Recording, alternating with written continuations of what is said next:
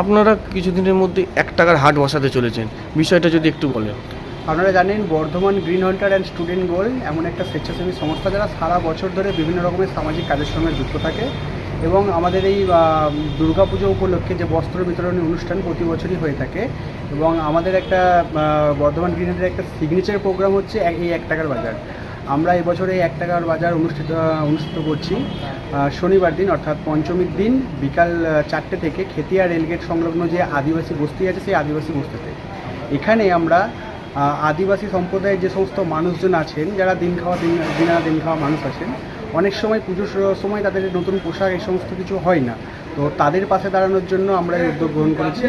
কিন্তু আমাদের অভিনবত্ব এখানেই যে আমরা তাদেরকে কোনো কিছু দান করার বিশ্বাসী নয়, আমরা তার জন্য তাদের জন্য একটা বাজারের আয়োজন করছি, যেখানে সমস্ত রকম বাচ্চাদের পোশাক থেকে শুরু করে বড়দের পোশাক থেকে শুরু করে পুরুষদের পোশাক থেকে শুরু করে সমস্ত রকমের নতুন পোশাক আমরা সেখানে অ্যারেঞ্জ করছি স্টল হিসেবে।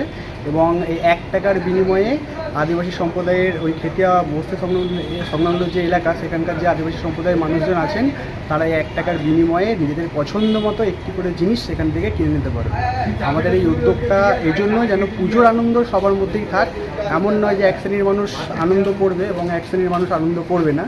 তো সকলেই যেন নতুন পোশাক পাই এবং পুজোটা যেন আমরা সকলের সঙ্গে উপভোগ করতে পারি এবং সকলে যেন আনন্দে পুজো কাটাক, তার উদ্দেশ্যেই আমাদের এই প্রয়াস।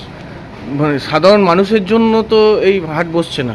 না, এখানে আমরা খেতিয়া আদিবাসী সংলগ্ন যে এলাকা আছে, 3-4টে আদিবাসী পাড়া আছে, সেখান থেকে আমরা বিভিন্ন ঘর থেকে 1-2জন করে মানুষকে নিয়ে আমরা তাদেরকে নাম এনলিস্টেড করেছি এবং তাদের নাম অনুযায়ী আমরা সেখানে প্রোগ্রামটা করছি। মোটামুটি 300 থেকে 400 জনকে আমরা এখানে নতুন বস্ত্র ব্যবস্থা করছি, যাতে তারা সেখান থেকে 1 টাকার বিনিময়ে কিনে নিতে পারে।